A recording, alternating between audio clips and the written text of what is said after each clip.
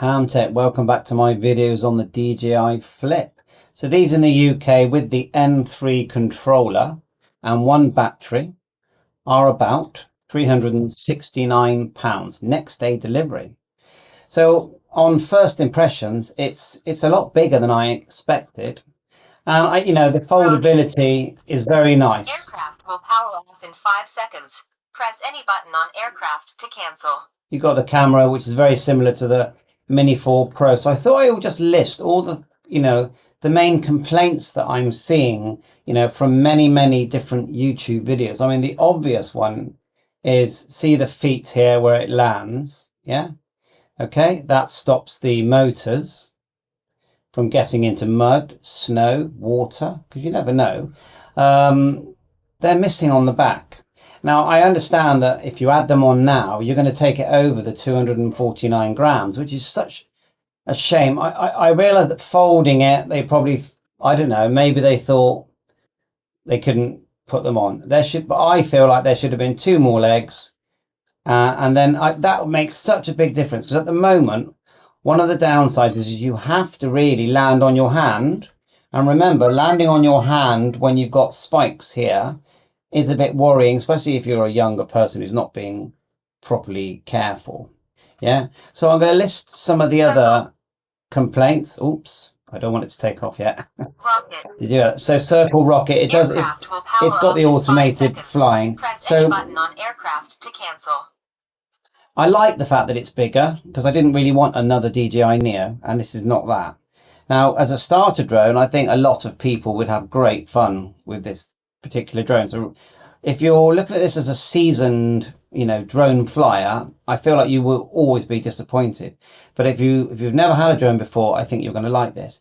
But I'm going to list the no's, the things that people are mainly complaining about. So there are no rear and side sensors. So it's completely reliant on the front LiDAR sensor to detect you.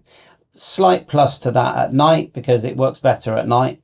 But to me, that's a big no-no, because we always move our drones right and left, and we don't want to be worrying about hitting things. Yeah. The next one is when this drone is flying, although the camera footage is quite stable, in the wind, it does that a lot. And although the camera is doing its, the software is very good at keeping the footage stable. Yeah. When we're flying a drone, this is what I feel. We want to look up and see it gliding like a beautiful bird. We don't want it all erratic and doing that. So hopefully with firmware, they can, they'll be able to improve that. You can see that you've got the downward sensors there, which really in a drone nowadays, you sort of have to have that, don't you? I would say. So it's a bit wobbly in the wind. The other thing is, if you're looking at it from a pocket point of view, although you could squeeze that in a very press any button on aircraft to cancel. Big pocket, yeah, it's not a pocket drone.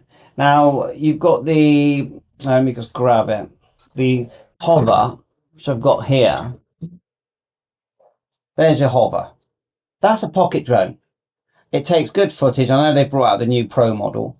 It's light and easy. You can chuck it in your bag and no one's even going to really notice it. Then you can go off and you can take some really interesting footage with family and friends and it's very easy to transfer. And you can transfer all the footage on the, will it speak to us?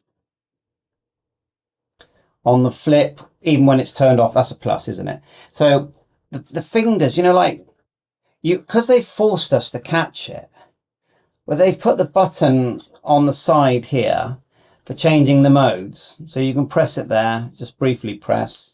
Spotlight, direction track, follow. Which is great. And I could hold it down now and it'll take off and it'll follow me and it'll take footage.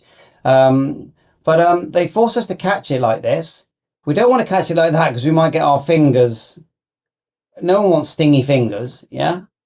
So you sort of have to use a landing pad. I don't like that. All right, you can use your hands, but if you're wearing gloves and things, they're still going to poke through. I mean, nicely, it is quite easy to change the propeller, so I like that. So, you know, basically, if it lands in the snow into those small little propellers, which, you know, it's excellent how they've done it. And the knuckles there, I was looking at the knuckles, and it actually looks quite low maintenance. It doesn't look like it would cost loads to repair this. Sport mode, it's a bit slow. It just won't get up there. So in the firmware, I think give us some more speed if it's doable in sport mode.